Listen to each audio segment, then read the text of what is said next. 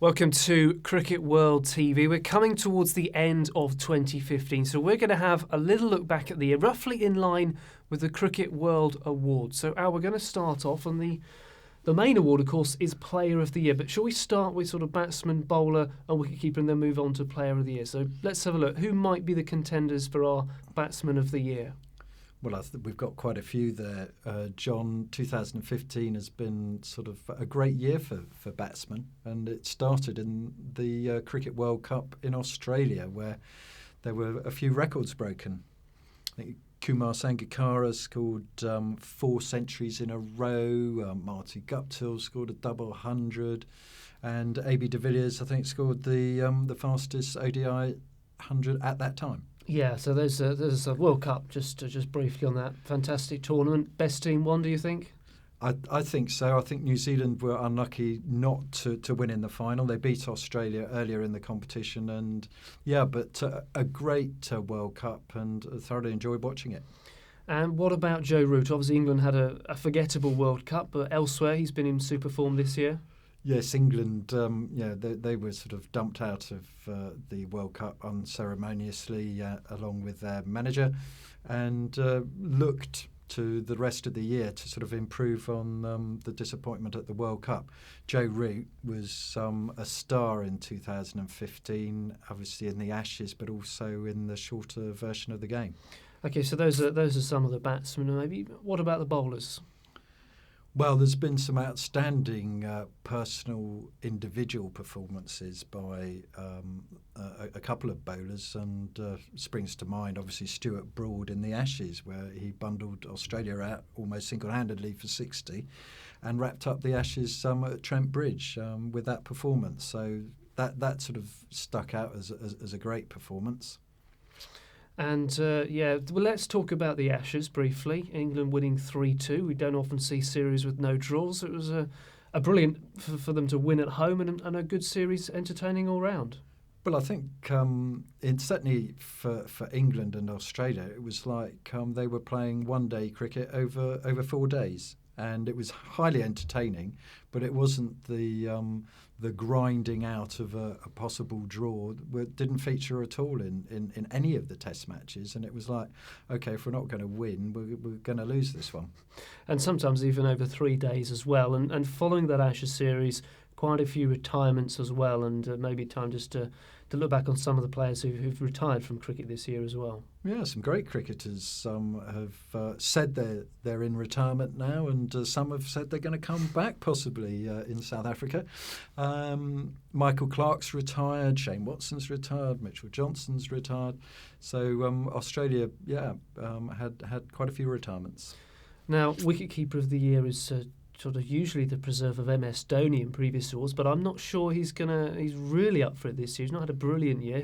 Who else might take the gloves in a World 11, do you think, this year? Well, I think if you're looking at one-day cricket, you're probably looking at the batsman. In Test cricket, it's become quite. There isn't an outstanding one that comes to mind for me in wicket-keeping. Except for the likes of Johnny Bairstow and Jos Buttler, who seem to be doing it with the bat.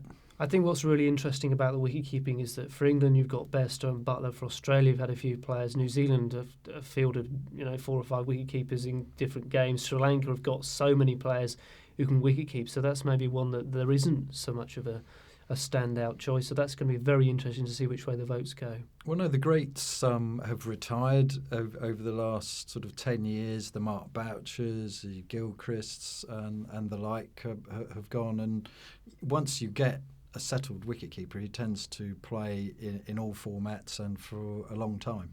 So, Player of the Year, then, from what we've said, looks like it's probably going to be very much between the batsmen and the bowlers.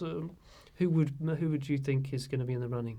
Well, it's a very tricky one, that, John, to pick that one. What I think I'll do is I'll secretly go online and do the Cricket World Awards voting and do it there. But you're going to press me for who I think should be Player of the Year. And I think that should probably go to the World Cup winning captain, because it was a sensational tournament. And that would be Michael Clarke. Good stuff. Yeah, well, that's a perfect way for him to sort of wave farewell to ODI cricket. What about the team of the year then? Australia winning the World Cup, England winning the Ashes, India ranked second in Test matches again now. South Africa didn't have the greatest of years, but played their part in some fantastic series of matches. So, what do you reckon? Could this be a close one, or will Australia run away with it?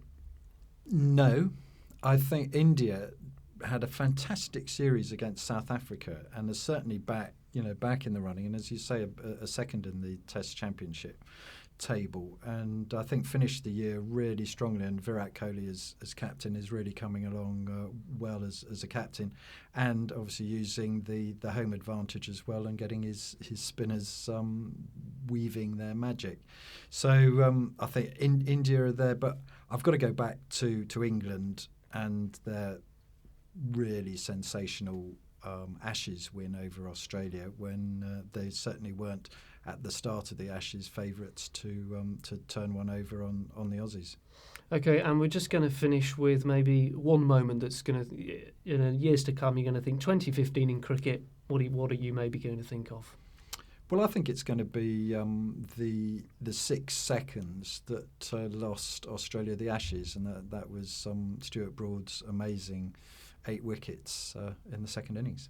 Good stuff. Well, I'm going to go for maybe a more general theme and sort of the rise of the associates. They really did bring so much to the World Cup. Afghanistan beat Zimbabwe to become the first team to beat a full member in a bilateral ODI series. Oman, Papua New Guinea, Hong Kong doing so well, United Arab Emirates as well. So that's my sort of moment of the year, if you like. So don't forget, if you want to vote in the Cricket World Awards, they'll be open until the new year. Do have a look. You can win a prize as well, and it'd be fascinating to see if your views correspond with ours. And of course, if you enjoyed 2015 just as much as we did.